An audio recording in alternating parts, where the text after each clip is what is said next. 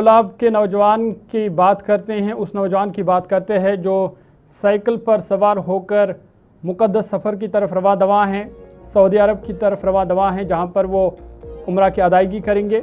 और आपको बता दें कि चंद दिन पहले परवेज़ अपने घर से इस सफ़र के लिए निकला है, अनंतनाग को पहुंच गया है, जहां अनंतनाग पहुंचने पर उनका वहां पर शानदार इस्तकबाल किया गया।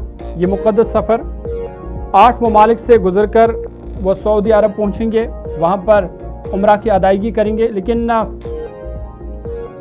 जम्मू कश्मीर से ये वाहिद और पहला ऐसा नौजवान होगा जो साइकिल पर सवार होकर उम्रा की सआदत हासिल करेंगे। परवेज़ की सलामती और कामयाबी के लिए हर तरह से दुआएं की जा रही है। वादी लोलाब के दिवर इलाके से ताल्लुक़ रखने वाले नौजवान परवेज़ अहमद साइकिल पर उम्रा की अदायगी के लिए मुक़द्दस सफ़र पर रवाना दवा हैं।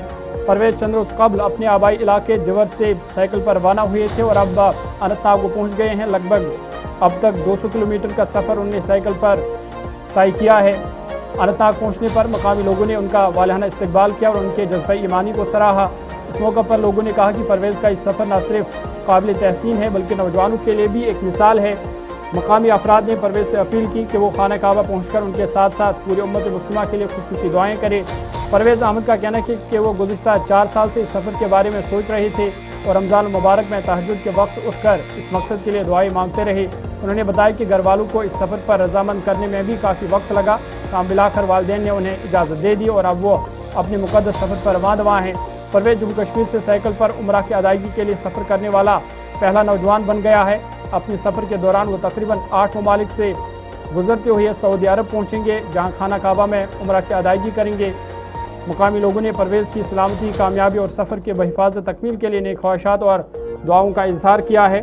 और परवेज़ का मानना है कि जब वो घर से निकला था तो उन्हें ये उम्मीद नहीं थी कि लोगों से जिस तरीके से उनको प्यार मिल रहा है, जिस रास्ते से भी गुजर रहे हैं वहाँ पर लोगों का प्यार उनको भरपूर मिल रहा है, उनका इस्तकबाल किया जा रहा है और अब वो इस सफ़र पर रवाना दवा हैं। उम्मीद और हमारी भी दुआ यही है कि कामयाबी के साथ वो इस सफ़र को मुकम्मल करे।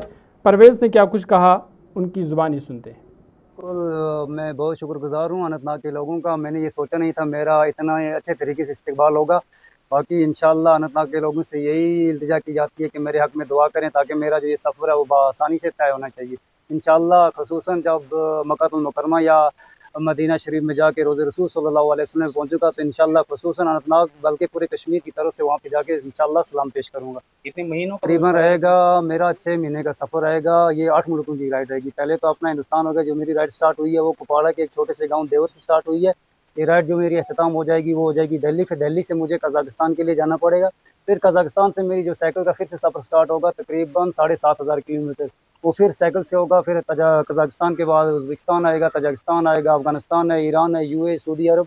इंशाअल्लाह ये सफ़र मुकम्मल करने में मुझे तकरीबन 6 से या 7 महीने लगेंगे। क्या दस्तावेज़ वगैरह जी बिल्कुल, अगर इस सफ़र की बात करें तो जो मेरी यादी जो दस्तावेज़ हैं वो इस टाइम मेरे पास अवेलेबल हैं।